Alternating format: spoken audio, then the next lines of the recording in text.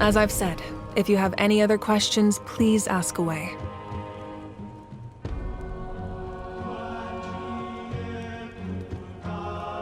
The work of rebuilding is underway, and people are flocking to join the effort.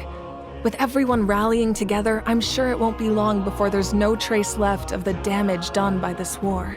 The healing process, on the other hand, that's a bigger obstacle to overcome. Many are grieving, and there's simply no replacing the ones we lost. As the sun rises once more and we rediscover the ability to believe in the future, we must never forget their sacrifice. As I've said, if you have any other questions, please ask away. False sky.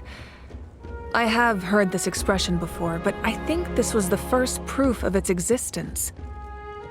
I think there's a lot of investigating to be done to understand what the fragments behind the sky are and why they were hidden in the first place. However, from what the Adventurers Guild tells me, neither the split sky phenomenon nor the fragments have ever been observed in any other nation. My guess is that the Heavenly Principles wants them kept a secret. I just hope they don't cause me any trouble over it.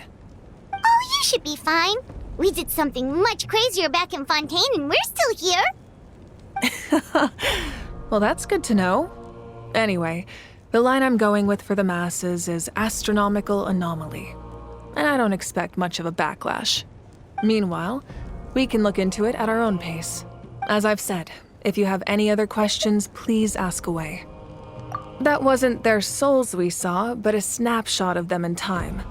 All the work of the ancient name engravers 500 years ago, who made some special modifications to their names.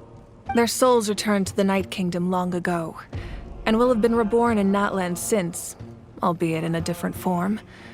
For all we know, they may have already lived many new lives by now. And so, even though we will never meet again, they will always be by our side in one way or another.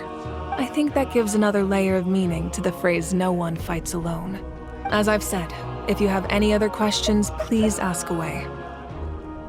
We have a temporary alliance, but I can tell that saving Natlan is not his only goal. Yeah, Paimon still doesn't get why saving Natlan would be so important to him in the first place. Unless he's just a good guy who wants to avoid another Conria. But somehow Paimon doubts it's that simple. I wouldn't worry too much. Based on all the interactions we've had with him and knowing more about his background, I have a lot of respect for him. I don't think he has any ill intentions. Now, we should focus on the final battle. As I've said, if you have any other questions, please ask away.